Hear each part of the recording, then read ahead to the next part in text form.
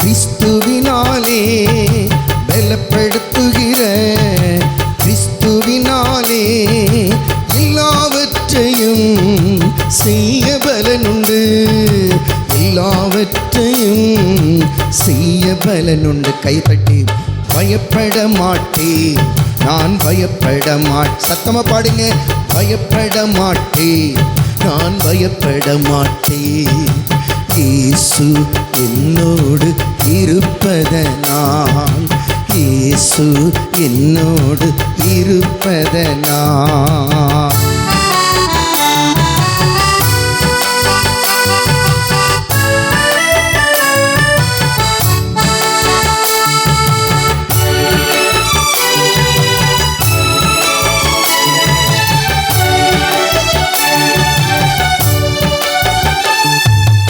உலகில் இருக்கிற அழகையை விட, உலகில் இருக்கிற அழகையை விட என்னில் இருப்பவர் மிகவும் பெரியவர், என்னில் இருப்பவர் மிகவும் பெரியவர். பயப்பட மாட்டேன், நான் பயப்பட மாட்டேன். சொல்லி பாடுங்க. பயப்பட மாட்டேன், நான் பயப்பட மாட்டேன். இயேசு என்னோடு இருப்பதனால், இயேசு என்னோடு இருப்பதனால். இன்னொரு முறை பாடுங்க. பயப்பட மாட்டேன், நான் பயப்பட மாட்டேன். பாடுங்க. பயப்பட மாட்டேன், நான் பயப்பட மாட்டேன். இயேசு என்னோடு இருப்பதனால், இயேசு என்னோடு இருப்பதனால். இன்னொரு முறை பாடுங்க. பயப்பட மாட்டேன், நான் பயப்பட மாட்டேன். பயப்பட மாட்டேன், நான் பயப்பட மாட்டேன். இயேசு என்னோடு இருப்பதனால், இயேசு என்னோடு இருப்பதனால்.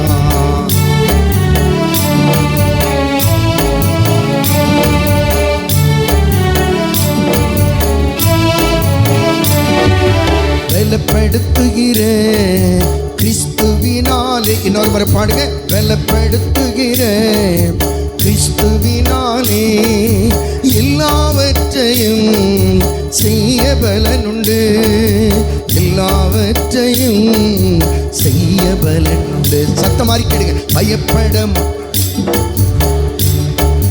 சத்தம் வரட்டும். பயப்பட மாட்டேன், நான் பயப்பட மாட்டேன். இயேசு என்னோடு இருப்பதனால். கையை தூக்கி. இயேசு என்னோடு இருப்பதனால். இன்னொரு முறை. பயப்பட மாட்டேன், நான் பயப்பட மாட்டேன். பயப்பட மாட்டேன், நான் பயப்பட மாட்டேன். இயேசு என்னோடு இருப்பதனால், இயேசு என்னோடு இருப்பதனால். நல்ல மனவிட்டு சொல்லுங்க. ஹல்லேலூயா. எல்லாரும் சேர்ந்து சொல்லணும். சரியா? ஹல்லேலூயா. இயேசுவே நன்றி, இயேசுவே ஸ்தோத்திரம், மரியே வாழ்க. உட்காருவோமா?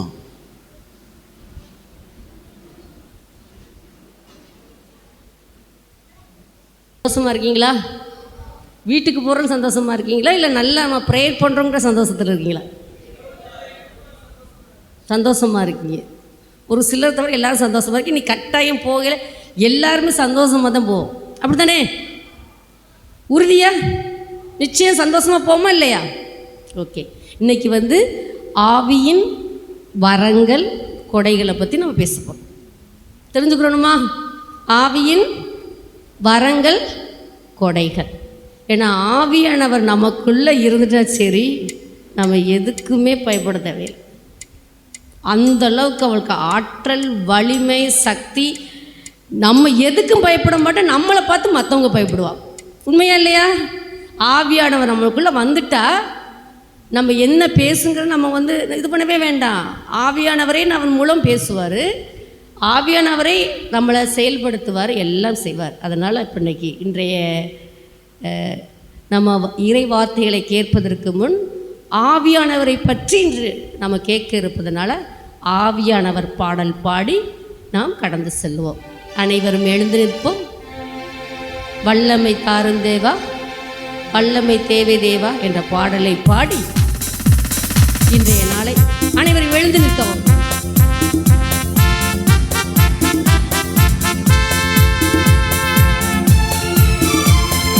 வல்லமை தாரும் தேவா, இன்றே தேவை தேவா, இப்போ தாரும் தேவா, ஒழிந்திடும் வல்லமை, உன்னதத்தின் வல்லமை, ஆவி. எல்லாரும் ஜோரா ரொம்ப பவர்ஃபுல்லான பாடும். வல்லமை தேவை தேவா, வல்லமை தாரும் தேவா, இன்றே தேவை தேவா, இப்போ தாரும் தேவா. வல்லமை தேவை தேவா, வல்லமை தாரும் தேவா, இன்றே தேவை தேவா, இப்போ தாரும் தேவா. பொழிந்திடும் வல்லமை, உன்னதத்தின் வல்லமை, ஆவியின் வல்லமை, அக்கினியின் வல்லமை. பொழிந்திடும் வல்லமை, உன்னதத்தின் வல்லமை, ஆவியின் வல்லமை, அக்கினியின் வல்லமை. வல்லிடும் வல்லமை தாரும் தேவா, இன்றே தேவை தேவா, இப்போ தாரும் தேவா. தேவை தேவா, இப்போ தாரும் தேவா.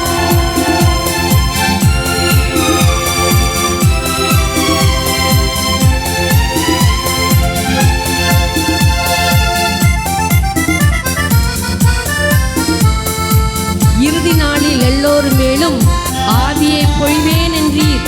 மூப்பர் வாலிபர் யாவரும் தீர்க்க தரிசனம் சொல்வாரே. இறுதி நாளில் எல்லோர் மேலும் ஆவியை பொழிவேன் என்றீர். எல்லோரும் இறுதி நாளில் எல்லோர் மேலும் ஆவியை பொழிவேன் என்றீர். மூப்பர் வாலிபர் யாவரும் தீர்க்க தரிசனம் சொல்வாரே. அல்லேலூயா. மூப்பர் வாலிபர் யாவரும் தீர்க்க தரிசனம் சொல்வாரே. அல்லேலூயா. கையை மேல உயர்த்தி, கையை மேல உயர்த்தி, எல்லாம் வெட்டக்கூடாது, எல்லாம் உயர்த்துங்க. எவ்வளவு உயர்த்துங்க. ஒளிந்திடும் வல்லமை, உன்னதத்தின் வல்லமை, ஆவியின் வல்லமை, அக்கினியின் வல்லமை, வல்லமை தேவை தேவா.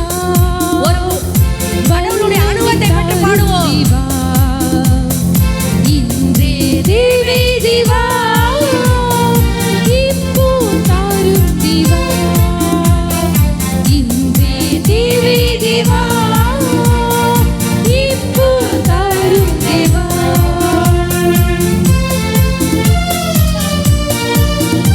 பெந்தெகோஸ்து நாளின் போதே பெரிதான முழக்கத்தோடு வல்லமையாக இறங்கி வரங்களினாலே நிரப்பும் ஆண்டவரை கேட்போம்.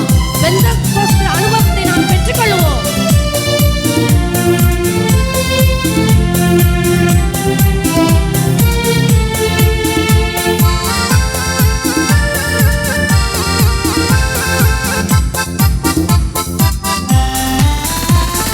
பெந்தெகோஸ்து நாளின் போது பெரிதான முழக்கத்தோடு, பெந்தெகோஸ்து நாளின் போது பெரிதான முழக்கத்தோடு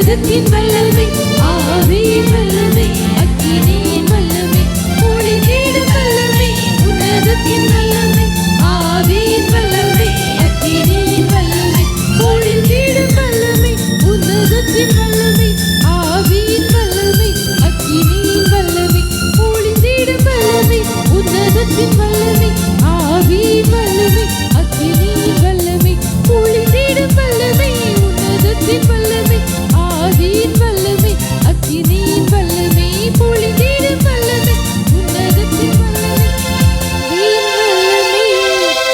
அக்கினியின் வல்லமை. கண்களை மூடுவோமா? கரங்களை குவித்து இதோ ஆவியாரை நோக்கி மன்றாடுவோம். இன்று ஆவியானவரை பற்றி ஆழ்ந்து தெரிய இருக்கிறோம். அவரை பற்றி மேன்மேலும் தெரிந்து அவரை நாம் பெற இருக்கின்றோம். அன்று பெந்தெகோஸ்தின் நாளிலே இறங்கிய அதே தேவன் இன்று நம் மீது இறங்க இருக்கின்றார். யோர்தான் நதிக்கரையில் இயேசுவின் மீது இறங்கிய அதே பரிசுத்த ஆவியானவர் நம் மீது இறங்க இருக்கின்றார். அக்னியாக, பெருங்காற்றாக, தண்ணீராக, எண்ணெயாக நம் மீது இறங்க இருக்கின்றார். இதோ அசவாடி கொண்டிருக்கும் ஆண்டவர் நம் மத்தியில் இறங்க இருக்கின்றார். இதோ இந்த நேரத்தில் இன்று கேட்க இருக்கும் ஒவ்வொரு செய்திகளையும் நாம் ஆழ்ந்த இயேசுவின் அனுபவத்தை பெற்று நம் உள்ளத்தில் உள்வாங்கி அவை நம் வாழ்வில் ஒரு பயனுள்ளதாக இருக்க, நம்முடைய எதிர்கால வாழ்க்கை ஒரு ஒளிமயமாக இருக்க, நாம் இளைஞர்களாக இளம்பெண்களாக இருந்து இந்த சமுதாயத்தில் இயேசுவுக்கு சாட்சியாக இருக்க, இயேசுவின் நற்செய்தியாக இருக்க, இயேசுவின் மறு உருவமாக இருக்க நாம் கடவுளிடம் வேண்டுவோம். அன்பு தந்தையே, இதோ இங்கே இருக்கும் ஒவ்வொருவரை நீ நிறைவாக ஆசீர்வதிக்கும். இதோ பேசப்போவது நீ இல்லை ஆண்டவரே, நான் அல்ல ஆண்டவரே, அது நீங்கள் தான். என் வார்த்தைகள் அல்ல ஆண்டவரே, அது உன் வார்த்தை. ஆண்டவரே ஆசீர்வதியும் அப்பா. எங்கள் எல்லாரையும் நிரப்பும் அப்பா, நிரப்பும். உடைய பரிசுத்த ஆவியினால் நிரப்பி எங்களுடைய மன அளவில், உள்ள அளவில், ஆன்மா அளவில், உடல் அளவில் எல்லாத்தையும் ஒரு நலம் பெறணும்ப்பா. நாங்கள் உன்னுடைய நலத்தை, சுகத்தை நாங்கள் பெற்றுக்கொள்ளணும். எல்லா அளவிலையும் நாங்கள் ஒரு ஒரு உன்னதமான படைப்பாக உமது பிள்ளைகளாக வாழணும் ஆண்டவரே. எங்களை ஆசீர்வதிங்க. ஆவியின் வரங்களாலும் கனிகளாலும் எங்களை நிரப்பி வழிநடத்துங்க. எல்லா வரங்களையும் ஆண்டவராய் இயேசு கிறிஸ்துவின் வழியாக மன்றாடுகின்றோம். ஆமென். அமரோம். இந்த உடல் உள்ள ஆன்மா மூன்று நலமாக இருந்தால், நல்லா இருந்தால் நம்ம தான் பெஸ்ட். நம்மளை யாரும் பிடிச்சிக்கிற முடியாது. அந்தளவுக்கு நம்ம தான் பெஸ்ட். நம்ம ஜீசஸ்க்குள்ளே இருந்து நம்ம பெஸ்ட் இல்லையா? ஆவியானவரின் கொடைகளும் கனிகளும். ஓகே, இப்போ ஒரு கேள்வியோடு நான் ஆரம்பிக்கலாமா? நான் கேட்குற கேள்விக்கு கை தூக்கணும், இல்லாட்டி எந்திரிச்சு நின்று பதில் சொல்லணும். ஓகே, ஆவியானவரின் வரங்கள் எத்தனை?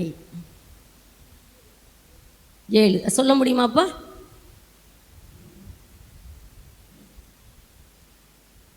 7. கனிகள் எத்தனை? சரி, எந்திரிச்சு சொல்லு. 12 கனிகள். 12 சொல்ல தெரியுமா? இதை ரெண்டையும் சொன்னான் யாராவது ஒருத்தர். வரங்கள் 7, கனிகள் 12 சொல்ல முடியுமா?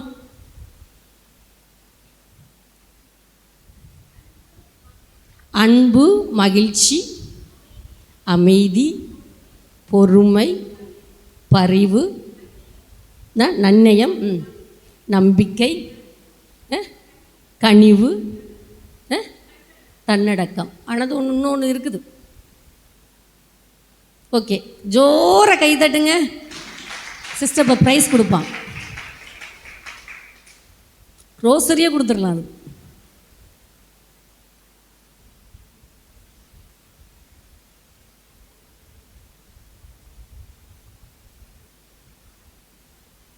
இருங்க சிஸ்டர் பார்ப்பாங்க.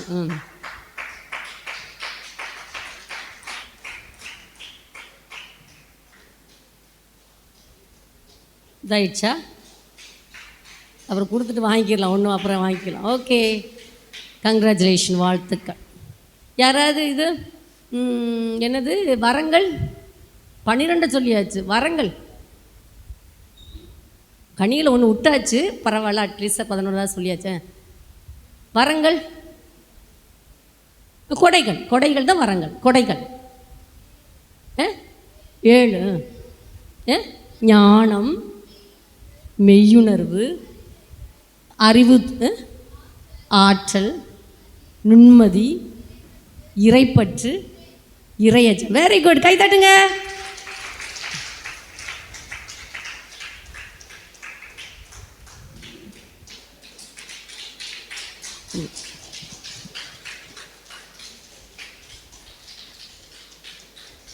அதெல்லாம் சரியான ரெஸ்ட் பார்ப்போமா? சிஸ்டர் போட்டு விடுங்க, அடுத்த ஸ்லைடு போட்டுவிடும்.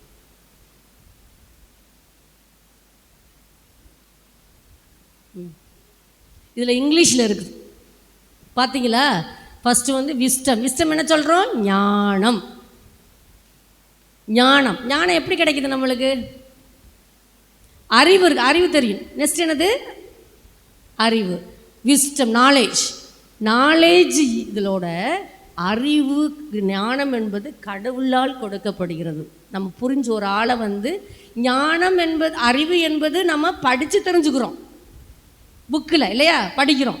இதுதான் நெட்டில் பார்க்குறோம், தெரிஞ்சுக்கிறோம். ஆனால் ஞானம், அதை புரிந்து கொள்ளக்கூடிய தன்மை கடவுள் நம்மளுக்கு கொடுப்பது. அதனால் ஃபஸ்ட் என்ன தோணும்? நெக்ஸ்ட் ஸ்லைடை போடுங்க சிஸ்டர்.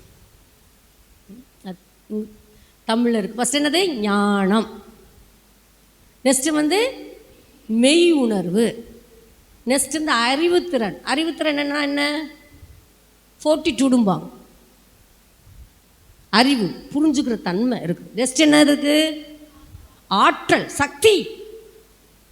நம்மளை எல்லாத்தையும் என்ன பண்ண முடியும்? நம்மளால நல்ல வலிமை கிடைக்கும், சக்தி கிடைக்கும், வல்லமை கிடைக்கும், எதுக்குமே பயப்பட மாட்டோம்.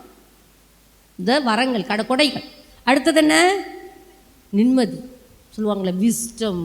தட் இஸ் என்னென்னா, நம்மளுக்கு எதை எப்படி செய்வதுங்கிறத நம்ம செய்ய முடியும். அந்த ஆவியானவர் நம்மளுக்கு கற்றுக் கொடுப்போம். அடுத்தது என்னது? இறைப்பற்று, பக்தி, ஜெபம் செய்யக்கூடிய ஆற்றல், வல்லமை நம்மளுக்கு கிடைக்கும். அடுத்தது இறை அச்சம். என்னது? ஞானத்தின் தொடக்கம் என்னது? இறை அச்சம். இறைவனுக்கு நம்ம பயப்படுறதா ஞானத்தின் தொடக்கமே. அதனால நம்ம இறைவனுக்குரிய பயம் இருந்துச்சு, ஆட்டோமேட்டிக் வந்துடும். ஐயோ, இதை பேசக்கூடாது, நம்ம கெட்ட வார்த்தையை பேசக்கூடாது, மற்றவங்களை பற்றி திட்டக்கூடாது, புறணி பேசக்கூடாது, மற்றவங்களுக்கு பொருள்களுக்கு ஆசைப்படக்கூடாது. ஏன்னா கடவுள் என்னையை பார்க்குறாரு, என்னை எப்பவும் பார்த்துட்டே இருக்கிறாரு, நான் கோவப்பட்டால் பார்க்குறாரு எல்லாம். அதெல்லாம் இறை அச்சம். இதெல்லாம் கொடுப்பாரு. ஸோ எல்லாரும் சேர்ந்து சொல்லுங்க. கடவுளுடைய கொடைகள் எத்தனை? 7. அவை யாவை? ஞானம், மெய்யுணர்வு, அறிவுத்திறன், ஆற்றல், நுண்மதி, இறைப்பற்று, இறையச்சம். இதை அனைத்தும் ஆண்டவர் நம்மளுக்கு கொடையாக கொடுக்கிறார். எப்போ கொடுப்பார்? இதெல்லாம் சும்மா அப்படி இருக்கும்போது கொடுப்பாரா? என்ன, வானமே கீழே வந்தாலும் வெடிஞ்சு விழுந்தாலும் நம்ம அசையாமல் இருக்கும்போது கொடுப்பாரா? இல்லை. நம்ம இறைவன்கிட்ட கேட்கணும், இறைவனுக்கு உகந்த பிள்ளையாக இருக்கணும். எப்போ நமக்கு கிடைக்குன்னா, நம்ம ஜெபம் செய்யணும். ஜெபத்தின் மூலம் நம்ம பெற்றுக்கொள்ளணும். பைபிள் வாசிக்கிறது மூலம், ஜெபத்தை மட்டும் இல்லை, ஒவ்வொரு இறை வார்த்தையும் நமக்கு பலத்தை கொடுக்கும், இறைவனோடு ஒன்றிக்க நம்ம வழிவகுப்போம். அதனால் நம்ம ஜெபிக்கணும், வாசிக்கணும். முன்னால் சொல்லுவாங்க 4 வீட்டுக்கு ஒரு விவிலியம் வேணும்னு சொல்லுவாங்க. இப்போ ஆளுக்கு ஒரு விவிலியம் வேணும், ஒவ்வொருத்தருக்கும் விவிலியம் வேணும், திருவிவிலியம் வேணும். திருவிலியத்திலிருந்து தான் நம்ம எல்லாத்தையும் கடவுளுடைய அனுபவத்தை நாம் பெற்றுக்கொள்கிறோம். ஓகேயா? நெக்ஸ்ட்டு தூய ஆவியானவரின் கனிகள் என்னென்ன இருக்குதுங்க? அன்பு, மகிழ்ச்சி, அமைதி, பொறுமை, பரிவு, நன்னயம், நம்பிக்கை, கனிவு, தன்னடக்கம், பணிவு. நயனம் 2 தடவை வந்துருச்சா? இல்லை 1 தான். ஓகே, நெக்ஸ்ட் ஒன்று தாராள குணம், ஜெனரசிட்டி, நிறைவு, கற்பு, தூய்மையாக வச்சுக்கிறது. ஓகே, நெக்ஸ்ட்டு கொடுங்க சிஸ்டர். அதில் நான் இது பண்ண சிஸ்டர் நெக்ஸ்ட்டு ஸ்லைடு போடுங்க. ஓகே, இதில் இருக்குது அதே இதில் பாருங்கள் பிரிவாக இருக்குது. இப்போ வந்து அன்புனா என்னது? லவ்ங்கிறது நம்ம வார்த்தையில் நம்ம மற்றவங்களுக்கு ஹெல்ப் பண்ணுறதில்ல. நீங்கள் பெற்றோர்கள் அன்பாக பேசணும்னு நினைக்கிறீங்களா? உங்களுடைய ஆசிரியர் பெருமக்கள்லாம் நல்லா உங்கள்கிட்ட நல்லா பேசணும்னு நினைக்கிறீங்களா?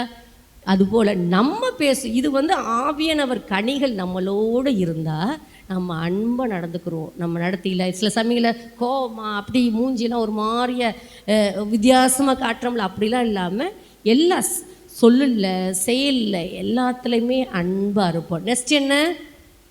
மகிழ்ச்சி. வாழ்க்கையில் எப்போவுமே என்ன நடந்தாலும், நன்மை நடந்தாலும் தீமை நடந்தாலும் துக்கம் நடந்தாலும் இன்பம் எல்லா நிலையிலையும் நம்ம மகிழ்ச்சி. கர்த்தருக்குள் மகிழ்ச்சியாயிருங்கள். ஆண்டவருக்குள்ளே நம்ம எப்படி இருக்கணும்? மகிழ்ச்சியாக இருக்கணும். அதே மகிழ்ச்சி. நெக்ஸ்ட் என்னது? அமைதி. அப்படியே அமைதியாக இருக்குது. இந்த இடமே அமைதியாக தான் இருக்குது. அமைதி, வாழ்க்கையில் அமைதி, போராட்டம் இல்லாமல். சில பேர்லாம் என்ன பண்ணியதில், சில பேர்லாம் ஆவியுடைய அபிஷேகத்தை நீங்கள் பெற்றுக்கிட்டீங்க. சில பேர்லாம் ரொம்ப ஒரு நிம்மதி, நம்ம நிம்மதி இல்லாட்டினா இங்கே தான் ரொம்ப இதாக இருக்கும், பாரமாக இருக்கும். எல்லாருக்குமே நிம்மதி இல்லாட்டினா எங்கே வரும் பாரம்? இங்கே மனதில் வரும். கை கால் சோர்வுகள் வரும்.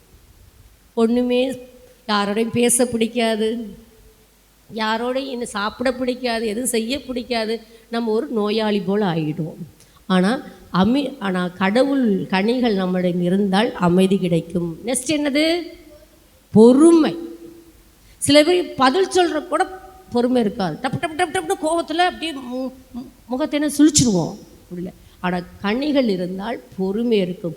பொறுத்தவர் எதை ஆழ்வாங்க? பூமி ஆழ்வார். பொறுமை நம்மள்கிட்ட இருக்கணும். வாழ்க்கையில் பொறுமை இல்லை அப்படின்னா எதையுமே நம்ம சாதிக்க முடியாது. அதனால் பொறுமை வேண்டும். நெக்ஸ்ட் என்னது? பரிவு இங்கிலீஷில் என்ன? கைண்ட்னஸ். பரிவா. Can you help me? அப்படின்னா கேட்குறாங்கல்ல, எனக்கு உதவி செய்யா? Yes I will help you. நான் உங்களுக்கு உதவி செய்கிறேன். பரிவா. ரொம்ப நம்ம ஒரு இது கொடுத்தாலும், ஒரு உதவி கொடுத்தாலும், உங்கள் தங்கச்சி யாரோ அக்கா கேட்குறாங்க, பெண்ணு கூட, உனக்கு இதுதான் வேலை அப்படி இல்லை, எடுத்துக்கக்கா, எடுத்துக்கண்ணு, எடுத்துக்க தம்பி, தங்கச்சி அப்படின்னா ரொம்ப தான் கொடுக்குறது. இது கைண்ட் ஆட்டிடியூடு. ஒரு பிச்சை போட்டாலும் ஓகே சந்தோஷமாக போடணும். அது கனிவு. ஓகே, அடுத்தது என்ன? பரிவு. அதுக்கடுத்து நன்னயம். நன்னயம் என்ன? குட்னஸ். என்ன? நன்னயம். அப்படிதானே? நன்னயம். எந்த செயலை செஞ்சாலும் அது ஒரு நன்மை பயக்கக்கூடியதாக இருக்கும். குட்னஸ் நம்ம வாழ்க்கையில் நன்மை பயக்கக்கூடியதாக இருக்கும். அதுக்கடுத்து என்ன? நம்பிக்கை. நம்மகிட்ட நம்பிக்கைன்னு ஒன்று இருந்துச்சுன்னா சரி, எதையும் சாதிச்சிடலாம். நீங்கள் இன்றைக்கி நினைக்கணும், உண்மையிலேயே இன்னைக்கு ஆவியானவர் நமக்குள்ள மத்தியில் வருவார், அவருடைய கொடைகளையும் கனிகளையும் நாம் பெற்றுக்கொள்ளுவோம், அதன் வழியாக நாம் வாழ்க்கையில் பெரிய பெரிய வெற்றிகளை அடைவோம் என்ற நம்பிக்கையோடு நாம் போவோம். அடுத்தது என்ன?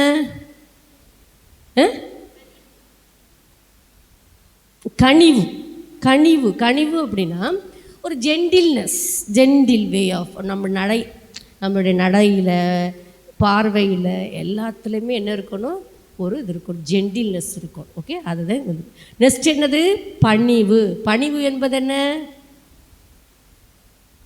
நீ வந்து நல்ல மார்க் எடுத்துட்ட, என்னை மாதிரி இது பண்ண முடியாது, நீ ஒரு போட்டியில் ஜெயிச்சிட்ட, எனக்கு நிறையா இருக்குது தும்முறு சில சமையல் வரும்ல, அது இல்லை. பணிவு. கடவுள் தான் எனக்கெல்லாம் கொடுத்தாரு. இந்த டேலண்ட், திறமையெல்லாம் கடவுள் கொடுத்தாரு. நல்ல பணம்லாம் இருக்குது. எனக்கு பணத்தை பற்றி எங்கள் அப்பா அம்மா நிறையா சேர்த்து வச்சுருக்காங்க. என்னை யாருக்கு நான் வந்து கீழ்ப்படியலாம் மாட்டேன். நான் துமுறுத்தனமாக தெரியாமல் இல்லை. இது அனைத்தையும் கடவுள் எனக்கு நல்ல பெற்றோரை கொடுத்துருக்குறாரு, நல்ல ஃப்ரெண்ட்ஸை கொடுத்துருக்குறாரு, எல்லா வசதியும் கொடுத்துருக்கிறாரு, எல்லா ஞானத்தை கொடுக்குறாரு, திறமையெல்லாம் கொடுத்துருக்கிறாரு. அது எல்லாம் ஆண்டவருக்கு சேர்ந்தது. நான் எப்போவுமே நல்ல பிள்ளையாக பணிவுள்ள பிள்ளையாக இருப்பேன் அப்படின்னு. நெக்ஸ்ட்டு தாராள குணம், ஜெனரோசிட்டி. நம்மிடம் இருப்பதை மற்றவர்களுக்கு கொடுக்கக்கூடிய நல்ல மனம் அந்த கடவுள் கொடுக்குற ஜெனரோசிட்டி. அடுத்தது என்னது? நிறை கற்பு. That is the one. நம்ம 5 புலங்களையும் அடக்கி ஆழ்ந்து அந்த ஒரு நம்ம எப்போவுமே நம்ம பரிசுத்தமாக வச்சுக்கிறது. உடல் உள்ள ஆன்மா, உடல் அளவிலும் உள்ள அளவிலும் ஆன்மா அளவிலும் நம்மை நாம் பரிசுத்தமாக வைப்பது தான் என்னது? கனிகள். இப்போ எல்லாரும் கனிகள் என்னென்னு சொல்லலாமா? சொல்லுங்கள். இது பின்னால் கேள்வி கேட்கப்படும். கொடைகளையும் கேட்போம், கனிகளையும் என்னென்ன சிலதில் கேட்குறோம். இங்கே பாரு, எல்லாமே நம்மளுக்கு இது முக்கியமானது. இனிமேல் மறக்கவே கூடாது. ஆவியின் கொடைகளையும் ஆவியின் கனிகளையும் மறக்க. சொல்லுங்கள் என்னென்ன? ஃபஸ்ட்டு ஒன்று அன்பு, மகிழ்ச்சி, அமைதி, பொறுமை, பரிவு, நன்னயம், நம்பிக்கை, கனிவு, தன்னடக்கம், பணிவு, தாராள குணம், நிறை கற்பு. யார் சொல்லுவா? பார்க்காம சொல்லாதவங்க.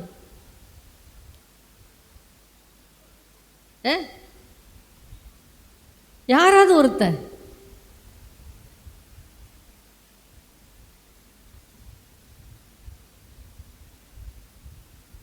நீ என்ன சொல்றிய? மறுபடியும் ஃபஸ்ட் எடுக்கிறேன்னு சொல்லியாச்சு. சரி, ஓகே, சொல்லு. பார்க்காம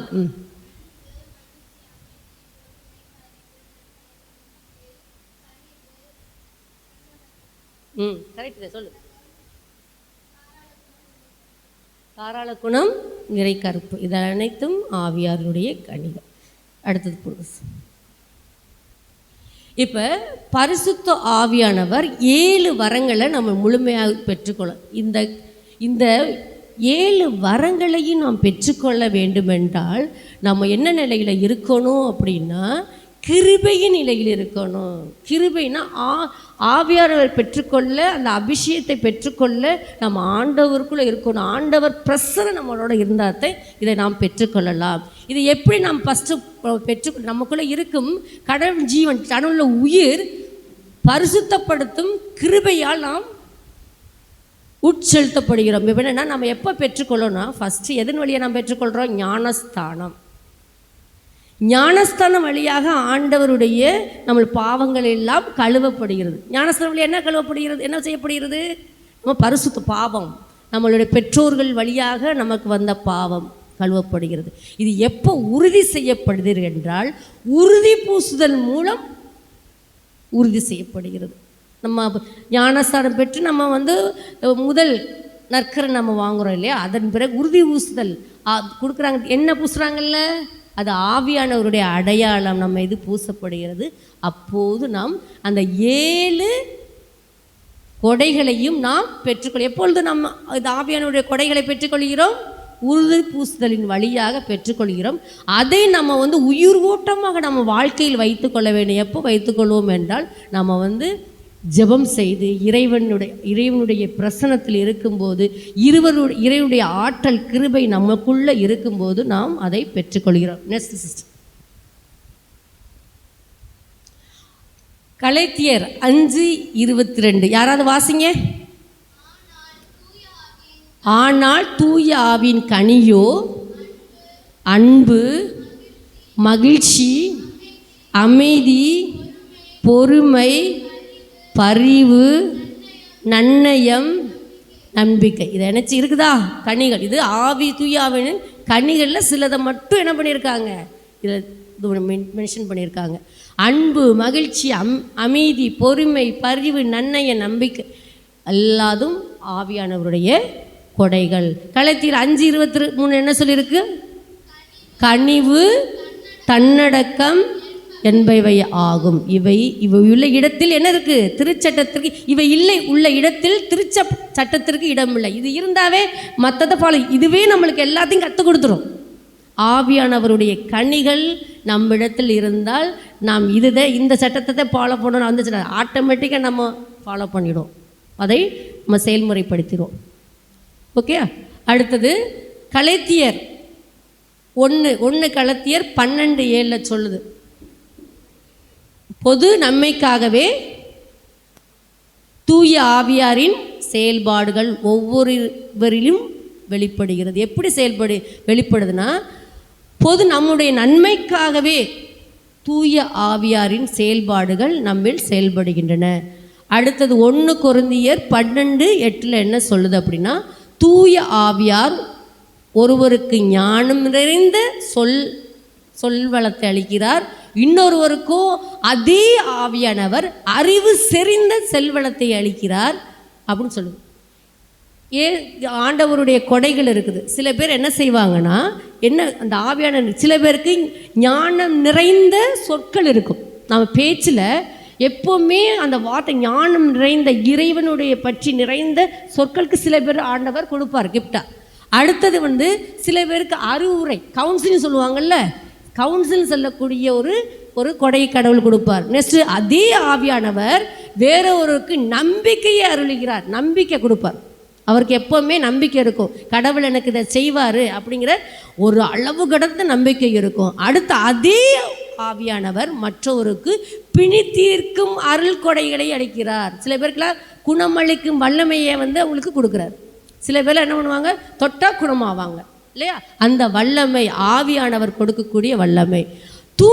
அடுத்தது தூய ஆவியானவர் ஒருவருக்கு வல்ல செயல் செய்யும் ஆற்றலை, இன்னொருக்கு இறைவார்த்தை உரைக்கும் ஆற்றலையும், வேறொருக்கு ஆவிக்குரிய பகுத்தறிவு ஆற்றலையும், மற்றொருவருக்கு பல்வகை பரவச பேசும் ஆற்றலையும், அடுத்தவருக்கு பிரித்தொருவருக்கு அப்பேச்சை விளக்கும் ஆற்றலையும் தருகிறார். அந்த ஆவியானவர் என்னென்ன கொடைகளை கொடுக்குறாரு அப்படின்னா, ஒருவருக்கு வல்ல செயல்கள், ஒரு அற்புதங்களை செய்யக்கூடிய சொல்லுவாங்க.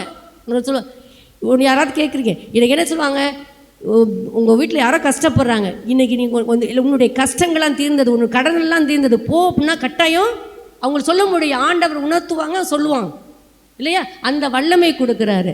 இன்னொருத்தருக்கு என்ன பண்ணினா, அவர் இறை வாக்குரைக்கும், இறைவன் என்ன பேசுகிறாருங்கிறத அதை வாக்குரைக்கும் இந்த வார்த்தைகளை கொடுக்குறாரு. சில பேருக்கு என்ன கொடுக்குறேன்னா, பரவச்ச பேசக்கூடிய அந்நிய மொழி பேசக்கூடிய வரத்தை கொடுக்குறாரு. சில பேருக்கு அதை விளக்கக்கூடிய ஆற்றலை ஆண்டவர் தருகிறார். அப்படிப்பட்டவர் தான் ஆவியானவர். ஒரே ஆவியானவரே இவற்றையெல்லாம் செய்து படுத்துகிறார். அவரே தன் விருப்பம் போல் ஒவ்வொருவருக்கும் அவர் பகிர்ந்தளிக்க. எல்லா வரங்களையும் எல்லாருக்கும் ஒரே ஆளுக்கு கொடுக்க முடியாது. ஆண்டவர் பகிர்ந்து ஒவ்வொருத்தரும் வேறு வேறு ஆவியலை பெற்றுக்கொள்கிறாங்க, பரிசுத்த கொடைகளை பெற்றுக்கொள்கிறாங்க. சில பேர் இறைவாக்கு உரைப்பாங்க, சில பேர் அதுவும் ப்ராஃபஸின்னு சொல்லுவாங்கள்ல, என்ன நடக்க போகுதுன்னு சொல்லுவாங்க. சில பேர் அவங்கள குணப்படுத்த ஆற்றலை கொடுப்பாங்க, பரபட்ச பேசுவாங்க, விளக்கம் கனவு கண்டா இதுதான் பொருள் அப்படிங்கிறது. பலற்றான கொடைகளை நாம் பெற்றுக்கொள்ளலாம். ஓகே, இதுதான் இன்னைக்கு நீ ஏதாவது ஒரு வரத்தை பெற்றுக்கொள்ள நீ ஆசைப்படுறியா இல்லையா? சில பேர்லாம் ரொம்ப ஒரு பாதிக்கு மேலே உள்ளவங்களாம் அப்படியே துடிப்பில் இருக்கிறாங்க. ஆவியானவர் பல விதத்தில் நம்ம அனுபவிக்கலாம். அந்த ஆவியானவர் இந்த நாளில் உங்களுக்கு மதியம் அனாயிண்டிங் கொடுக்கும்போது கட்டாயம் நம்ம மேலே இறங்குவார். அதனால் இதுடைய தயாரிப்பாக நாம் இப்பொழுது ஆவியானவரை பெற்று பேசியோம். நெக்ஸ்ட் இப்போ இருங்க, இப்போ ஒரு வீடியோ கிளிப். நேற்று என்ன திருவிழா கொண்டாடணும்? விண்ணேற். யார் விண்ணேற் படைஞ்சா? ஆண்டவர் இயேசு. ஆண்டவர் 40 நாட்கள் பல இடங்களுக்கு அப்போஸ்தலர்களுக்கெல்லாம் தோன்றி அவர்களை உறுதி செய்த பிறகு விண்ணேற்றம் அடைந்தார். விண்ணேற்றம் அடையும் போது எதை அனுப்புவேன் அப்படின்னு சொன்னார்? ஆவியான உனக்கு ஒரு துணையாளரை அனுப்புவேன் அப்படின்னாரு. அவர் அப்போஸ்தலரோட போகிறாரு. நடந்து போய் என்ன பண்ணுறாரு அப்படின்னா, மலையில் அப்படின்னா அவர் மேலே எழும்பி செல்கிறார். அப்போது எல்லாரும் என்ன பண்ணுறாங்க, இந்த அப்போஸ்தலர்கள்லாம் அப்படியே ஐயோ ஆண்டவர் போயிட்டார். அவர் இருக்கையில் நம்மளுக்கு தைரியமாக இருந்துச்சு. இப்போ ஒன்றும் இல்லையே, என்ன பண்ணுறது அப்படி என்ன செஞ்சாங்க அவங்க? போய் எதுக்குள்ளே போயிருந்தாங்க? ஒரு ரூமுக்குள்ளே போய் எல்லாம் போய் அடைச்சிக்கிட்டு அப்படியே கவலையோடு இருந்தாங்க. இயேசு போயிட்டாரே, நீ யாருமே இல்லை நமக்கு, நம்மளாம் அனாதைகள் அப்படிங்கிற ஒரு நிலையோடு இருந்தாங்க. அப்போது மரியாள் எல்லாரையும் கூப்பிட்டு, அன்னை மரியாள் எல்லாரையும் கூப்பிட்டு என்ன பண்ணாங்க? அந்த அறைக்கில் ஜெபிக்க துதித்தார்கள். துதிக்க ஆரம்பிச்சிட்டாங்க. நல்லா ஜெபம் பண்ணி ஆண்டவரை போற்றி புகழ்ந்து இது பண்ணும்போது யார் அங்கே இறங்கி வந்தா? தூய ஆவியான எது போல இறங்கி வந்தார்? நெருப்பாக, காற்றாக அப்படியே அவங்களை எல்லாம் என்ன பண்ணுச்சு? அப்படியே சுத்திக்கிடுச்சு. அந்த நெருப்பு அவங்களுக்கு நெருப்பு உங்களுக்கு தைரியத்தை, பயத்தை நீக்கி தைரியத்தை, உற்சாகத்தை கொடுத்து என்ன பண்ணாங்க? கடைசியில் அங்கே இருந்தாங்களா? பரிசுத்த ஆவியை பெற்று அவர்கள் அங்கே இருந்தார்களா? இல்லை, அவர்கள் சென்றார்கள். எங்கெங்கெல்லாம் செல்லணுமோ அங்கெங்கெல்லாம் சென்றார். அப்படி வந்தவர் தான் நம்மளுடைய நாட்டுக்கு வந்தவர். யார் வந்தார்? தோமையார் வந்தார். தோமையார் கிறிஸ்துவை பற்றி நம்மளுக்கு அறிவித்தார். அந்த பெருமை நம்மளுக்கு இருக்குதா? அது தூய ஆவியாரை பெற்றுக்கொண்டால் நம்ம அடைபட்டு கவலைப்பட்டு அப்படியே இது பண்ணி ஐயோ தோல்வியை கண்டோமே அப்படி ரொம்ப நொந்து வெந்து இருக்க போவதில்லை. ஆண்டவர் எனக்குள்ளே இருக்கிறார், நான் சாதிப்பேன் அப்படிங்கிறது எல்லா அப்போஸ்தலரும் வெளியே போய் ஆண்டவருடைய நற்செய்தியை போதித்தார்கள். அதனால ஒரு அற்புதம் நடந்தது.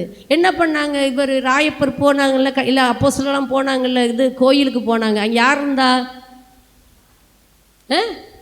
பார்வையற்றவன் பிச்சை எடுத்துக்கிட்டல கோயிலுக்கு முன்னால்.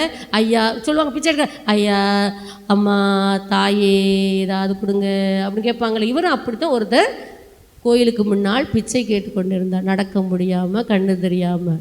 அப்போ என்ன சொன்னார் ராயப்பர்? எனக்கு கொடுப்பதற்கு பொன்னோ பொருளோ என்னிடத்தில் இல்லை, பொன்னோ பொருளோ என்னிடத்தில் இல்லை. ஆனால் நான் ஆண்டவராகிய இயேசு கிறிஸ்துவின் நாமத்தில் நான் சொல்லுகிறேன். என்ன சொல்கிறேன்? எழுந்து நட, எழுந்து நட. அந்த வல்லமையை பெற்றுக்கொண்ட, ஆவியின் வரங்களை பெற்றுக்கொண்டா, குணமொழிக்கும் வல்லமையை பெற்றுக்கொண்டாங்க. உடனே அவன் என்ன செஞ்சான்? எழுந்து நடந்தான். இன்று நீனும் நானும் செய்ய முடியும். ஆண்டவர் இயேசு கிறிஸ்துவுடைய பரிசுத்த ஆவி. தம்பி காலெல்லாம் கீழே போடுங்க, சமத்துக்கலாம் கீழே போடுங்க, நல்லா உட்காருங்க. அங்கே பார்க்க வேணாம். ஓகே, நம்ம இருந்த இப்போ சின்ன வீடியோ கிளிப் இங்கிலீஷ்லாம் இருக்குது. இப்போ நான் கதையெல்லாம் சொல்லிட்டேன், சொன்னால் புரிஞ்சுக்கிருவீங்கல்ல? ஓகே.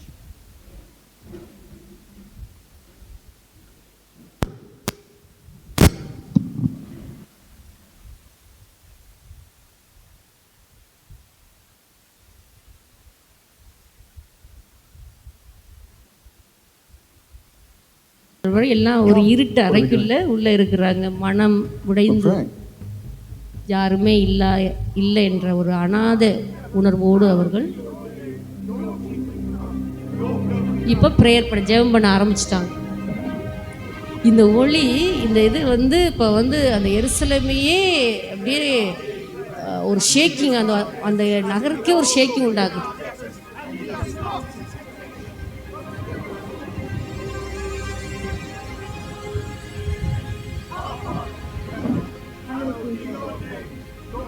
அங்கே அதை சுற்றி உள்ள மக்களே ஃபீல் பண்ணுறாங்க, ஏதோ ஒரு அதிசயம் நடக்குது, ஒரு புதுமை நடக்குது.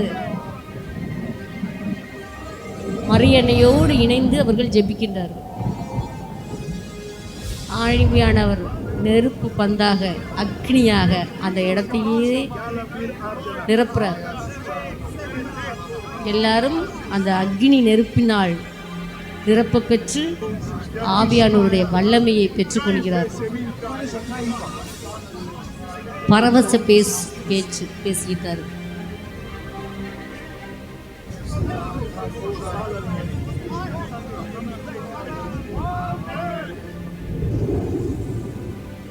ஆவியினருடைய கொடைகளையும் கனிகளையும் பெற்றுக்கொள்கிறார். ஒரு அமைதி உண்டாகுது. அவருடைய ஃபீலிங், அவங்களுடைய உணர்வுகளை பகிர்ந்து கொள்கின்றார்கள்.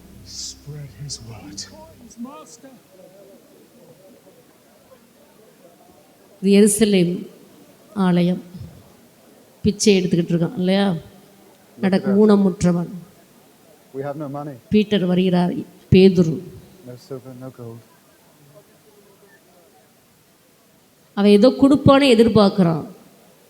ஆனால் அவரிடத்துல ஒன்றும் இல்லை, ஒன்லி ஆண்டவருடைய வார்த்தை What I மட்டும்தான். have, I give you in the name of Jesus of Nazareth. இயேசுவின் நாசரத்தாகிய இயேசுவின் பெயரால் Rise up. நான் சொல்கிறேன், எழுந்து நட.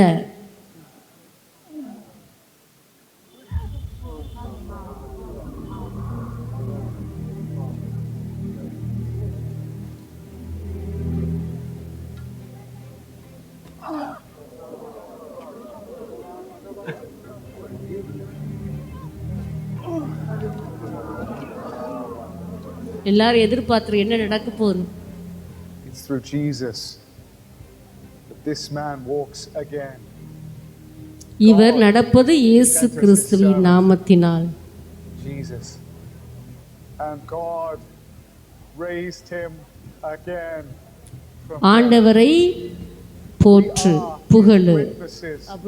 And the Holy Spirit is with us and makes us. ஆண்டவராகிய ஆவி நம்மோடு இருப்பதினால் நம்ம எதற்கும் அஞ்ச பயப்பட தேவையில்லை.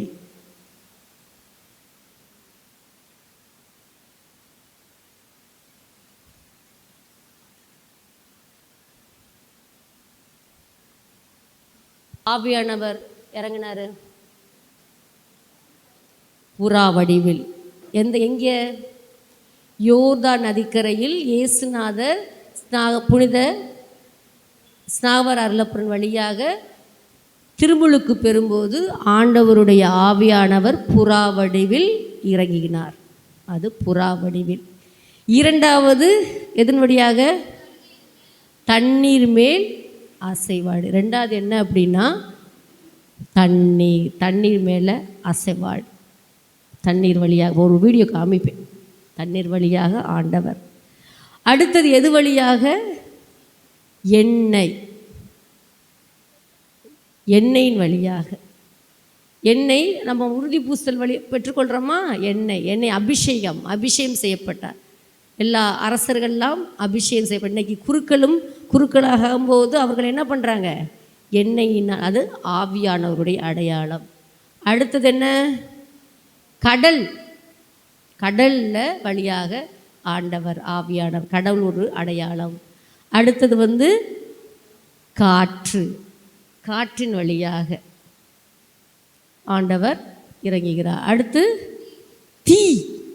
நெருப்பு. நம்ம உதாரணம் இப்போ சொல்லலாம், பெந்தகோஸ்தி நாளில் நெருப்பின் வழியாக ஆண்டவர் இறங்கினார். அதுக்கடுத்து மழையின் வழியாக ஆண்டவர் இறங்கினார். அடுத்து நதி, ரிவர்,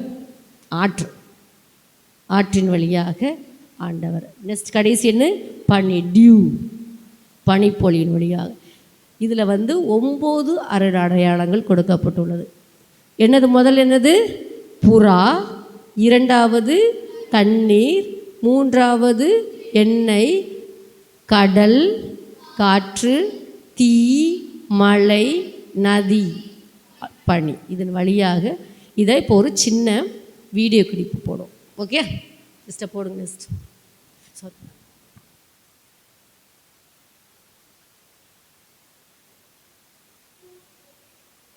வார்த்தைகள் என்ன சொல்லுது அப்படின்னா, மத்தேயு நற்செய்தி 3:16. ஃபர்ஸ்ட் என்ன சொன்னால், எதன் வழியாக? புறா.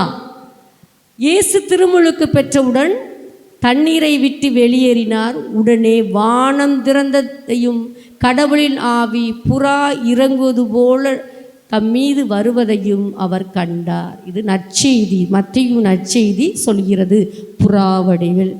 இரண்டாவது, திருவிழாவின் இறுதி நாள் பெருநாளில் இயேசு எழுந்து நின்று உரத்த குரலில், யாரேனும் தாகமாயிருந்தால் என்னிடத்தில் வரட்டும், என்னிடம் நம்பிக்கை கொள்ளுவோர் யாவரும் பருகட்டும். இது தண்ணீர்.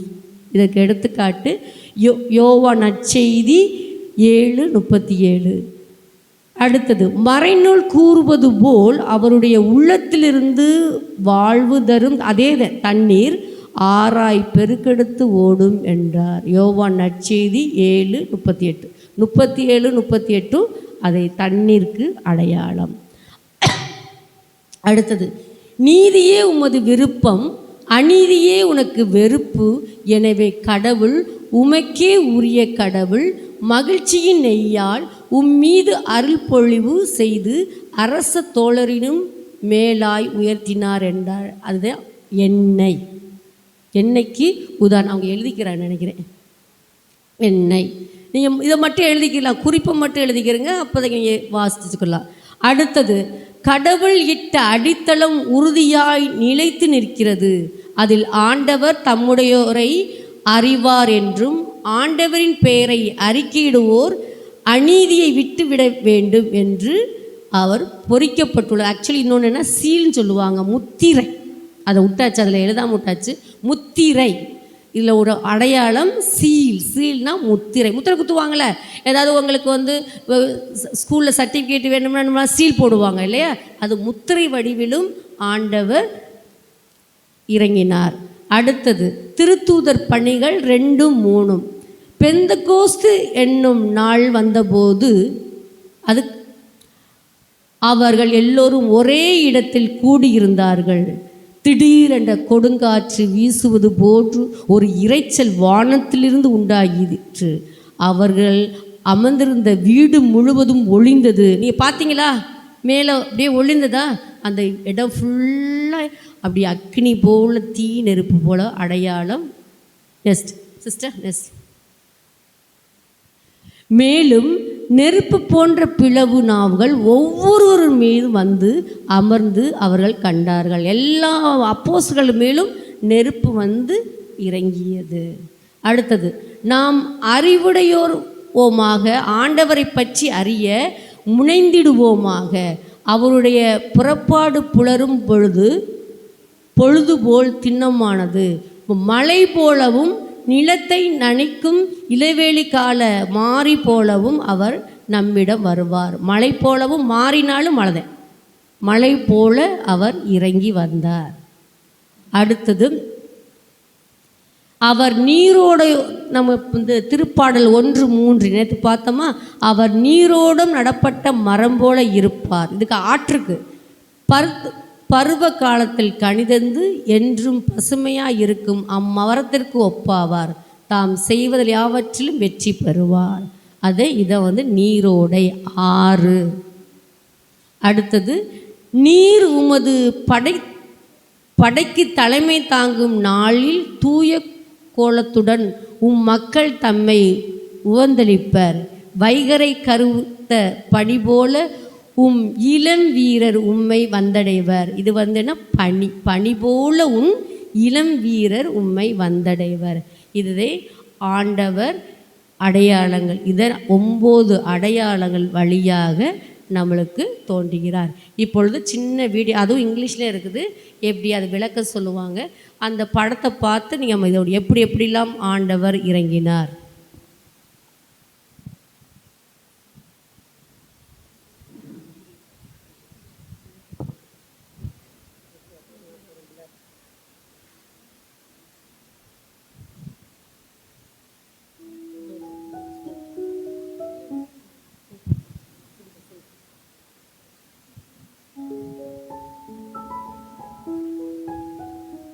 The Holy Spirit. Dove. Pura. Pure and gentle. The dove represents peace, purity, and harmlessness, and also signifies devotion.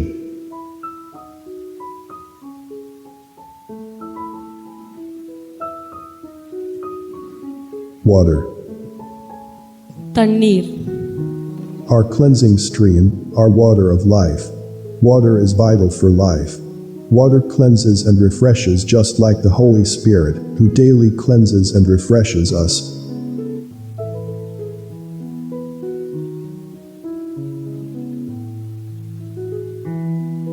Oil. எண்ணெய். He is the light who brings healing, power, truth, and anointing. The oil also speaks of God's approval.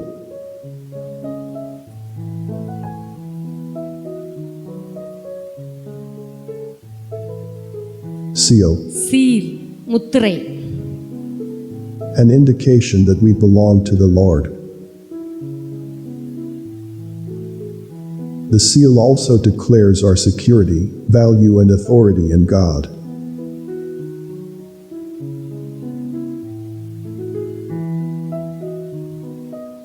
The seal ratifies, guarantees, and confirms. Seal வந்து guarantee கொடுக்குது.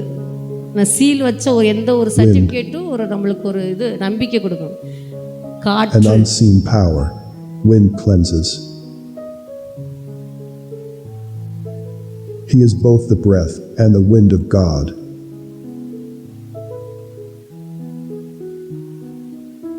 The wind is strength, not by might nor power, but by Spirit of God.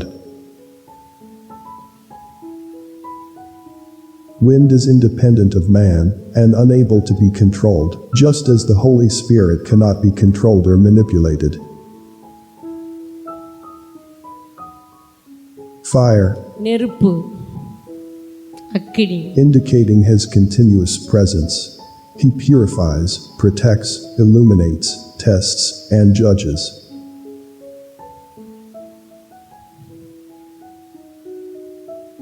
In Matthew, chapter 3, verse 11, John the Baptist said that Jesus will baptize us with the Holy Spirit and fire.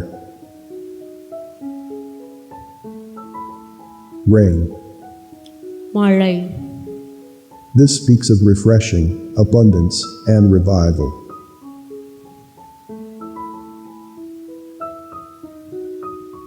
River, நதி river ஆறு abundance and prosperity. Rivers are a source of water that sustains life abundantly.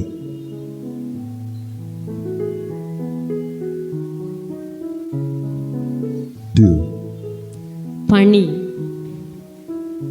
favor, grace, and refreshing.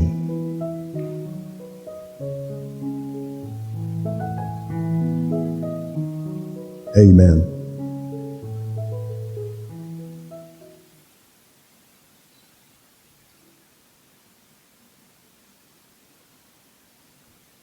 Okay, இவை அனைத்திலும் ஆவியானவருடைய கொடைகள் வரங்கள். Okay, இது நம்ம தெரிஞ்சுக்கிறோம்.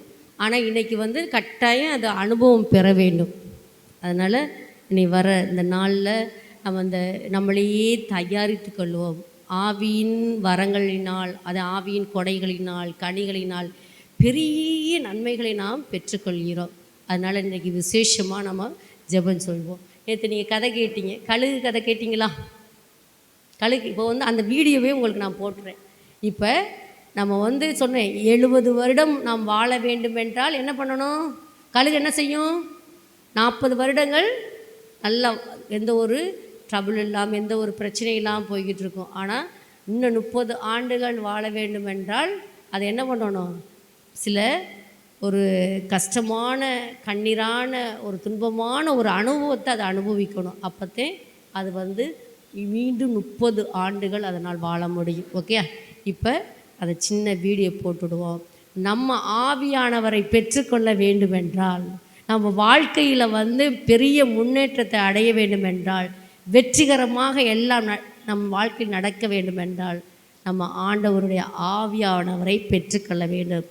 நாமும் கழுகு போல ஒரு புது வாழ்வு பெற்று, இந்த ஆவியானவர் நம் உள்ள வந்த பிறகு பெரிய ஒரு நம்பிக்கையோடு, சந்தோஷத்தோடு, ஒரு மன அமைதியோடு நம்ம ஒரு வெற்றிகரமான வாழ்க்கையை தொடங்க வேண்டும். அதுபோல் சொல்லுவோம், ஏசையா 40:31 சொன்னது போல், ஆண்டவருக்காக காத்திருப்போர் பெரிய ஆற்றலை பெறுவர், கழுகு போல் உயரை பரப்பர், நடப்பர் சோர்வடையார், ஓடுவார் களைப்படையார். நம்ம ஓடிக்கிட்டே இருந்தால் என்ன பண்ண, களைப்பு வருமா வராதா? நடந்துக்கிட்டே இருந்தோமா டயர்ட் ஆகுமா? ஆக மாட்டோமா? ஆமாம். ஆனால் ஆண்டவருக்காக காத்திருப்போர், ஆண்டவரிடம் நம்ம ஜெபம் செய்து காத்திருக்கிறது என்னது? ஆண்டவர்கிட்ட காத்திருக்கிறோம் அப்படின்னு சொன்னால் ஜெபம் பண்ணணும், ஆண்டவரை நம்பி இருக்கணும். அப்படி இருந்தால் என்ன பண்ணுது? ஒரு புது வாழ்வு நம்மளுக்கு இருக்கும். ஆண்டவர் மீது நம்பிக்கை வைப்போர் புதிய ஆற்றலை, கழுகு போல உயிரே பரப்ப, நடப்பர் களைப்படையார், ஓடுவர் சோர்வடையார். நான் காலையில் பாட்டுவேன், சோர்வு அடைய மாட்டேன். இயேசுக்கு நம்ம இருக்கையில் சோர்வு அடையுமா? சோர்வே அடையக்கூடாது. இப்போ அந்த கழுகு இதை போட்டுட்டு இந்த கிளாஸை நிறைவு செய்யும். ராஜா யாருன்னு கேட்டதும் சிங்கம்னு சொல்றோமோ அதே மாதிரி தான். பறவைகளில் சக்தி வாய்ந்தது கழுகு. கழுகு பல வெற்றியாளர்களின் சின்னமாகவும் கருதப்படுது. இதுக்கெல்லாம் காரணம் கழுகோட தனித்துவமிக்க லைஃப் ஸ்டைல் தான். பொதுவா கழுகு 70 வருஷம் வரை வாழ முடியும். பட் இந்த 70 வருஷத்தை அடையணும்னா கழுகு பல பாடுகள் வழியாக கடந்து செல்ல வேண்டியது அவசியம். ஏன்னா சுமார் 40 வயதாகும் போது தன்னுடைய கூர்மையான நீண்ட அலகுகள் வளைந்து தனக்கு தேவையான ஆகாரத்தை குத்தி சாப்பிடக்கூட பலன் இல்லாத அளவுக்கு அலகுகள் வளைந்து காணப்படும். அதோடு கழுகோட உடலுக்கு பாதுகாப்பாக காணப்படும் இறகுகள் வயது முதிர்ந்ததால் அடர்த்தியாகவும் கனமாகவும் மாறி உயர பறப்பதற்கு இடையூறாக அமையும். இப்போ கழுகுக்கு 2 ஆப்ஷன் தான் இருக்கு. ஒன்று, இதுவரை வாழ்ந்த 40 வருஷம் போதும், இல்லைனா தன்னுடைய குறிக்கோளாகிய அந்த 70 வருஷத்தை அடைவதற்கு கஷ்டமான சூழ்நிலைகளை கடந்து செல்லத்தான் வேண்டும். எனவே கழுகு மலையுச்சிக்கு பறந்து சென்று அதனுடைய நீண்ட வளைந்த அலகுகளை பாறையின் மேல் மோதி உடைக்கும். பின்னர் புதிய அலகுகள் வளர்ந்தவுடன் அதனோட கால் நகத்தை கொத்தி கொத்தி எடுக்க ஆரம்பிக்கும். இறுதியாக அதோட வயது முதிர்ந்த அடர்த்தியான இறகுகளை ஒன்றின் பின் ஒன்றாக பிடுங்க ஆரம்பிக்கும். எவ்வளவு தூரம் வலியை தாங்குதோ அதை பொறுத்தே அதோட மாற்றமும் இருக்கும். இந்த எல்லா கஷ்டங்கள் வேதனைகளை சகிச்ச பிறகு கழுகு மிக மிக உயரமாக பறந்து போய் தன்னுடைய வேட்டையை ஆரம்பிச்சு மீதமுள்ள 30 வருஷத்தை வெற்றிகரமா வாழும். ஏன் கழுகு இவ்வளவு கஷ்டப்பட்டு தன்னுடைய இலக்கை அடையணும்? இது ரொம்ப கஷ்டமாச்சே, வேணாம்னு சொல்லி கழுகு இதுவரை வாழ்ந்தது போதும்னு இருந்திருக்கலாம்ல. இல்ல, கழுகு தன்னுடைய முயற்சியை கைவிடல. கழுகுக்கு தெரிஞ்சது எல்லாமே வலியோ வேதனையோ இல்ல, தன்னுடைய லட்சியமாகிய அந்த 70 வருஷத்தை ஆசைப்பட்ட மாதிரி வாழணுன்றது மட்டும்தான். உன்னுடைய வாழ்க்கையிலும் கழுகை போல்பட்ட சூழ்நிலைகளை கடந்து செல்லத்தான் வேண்டும். உன்னுடைய மனதில் உள்ள தேவையில்லாத எண்ணங்கள், நெகட்டிவ் தாட்ஸ், கெட்ட பழக்கங்கள் என்ன எல்லாவற்றையும் பிடுங்கி எறி. இன்னும் என்னதான் உன்னுடைய ஃபியூச்சருக்கு, உன்னுடைய லட்சியத்துக்கு இடையூறா இருக்கோ எதுவா இருந்தாலும் சரி, இப்பவே தூக்கி எறிஞ்சிரு. ஏன்னா பழைய பாரங்களை தூக்கி எறிந்தால் மட்டுமே புதிய வாழ்க்கைக்குள் கடந்து செல்ல முடியும். ஆகவே புதிய சிந்தனைகளை மனதில் பதிய வைத்து கழுகுகளைப் போல உயர உயர எழும்புவோம். வெற்றி நமதே.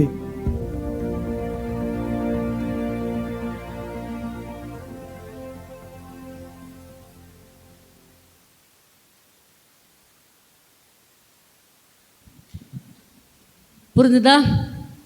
கழுகு போல உயர பரப்புமா? வெற்றி நம்மதே. நம்மதான வெற்றி? நமது வெற்றி நம்மதே. நமக்கு வெற்றி கட்டாயம் உண்டு. அது இந்த கழுகுவை போல் கஷ்டத்தை, துயரத்தை, துன்பரத்தை அது பார்க்காம நம்ம வாழணுங்கிற குறிக்கோளை, அதுபோல் நீங்களும் சவால முறையில் நான் வாழணும், நான் வாழ்ந்து காட்டுவேன், நான் சாதித்து காட்டுவேன் என்ற ஒரு சிந்தனையோட இயேசுவோடு நாம் இணைந்து சாதிப்போம், வெல்வோம்.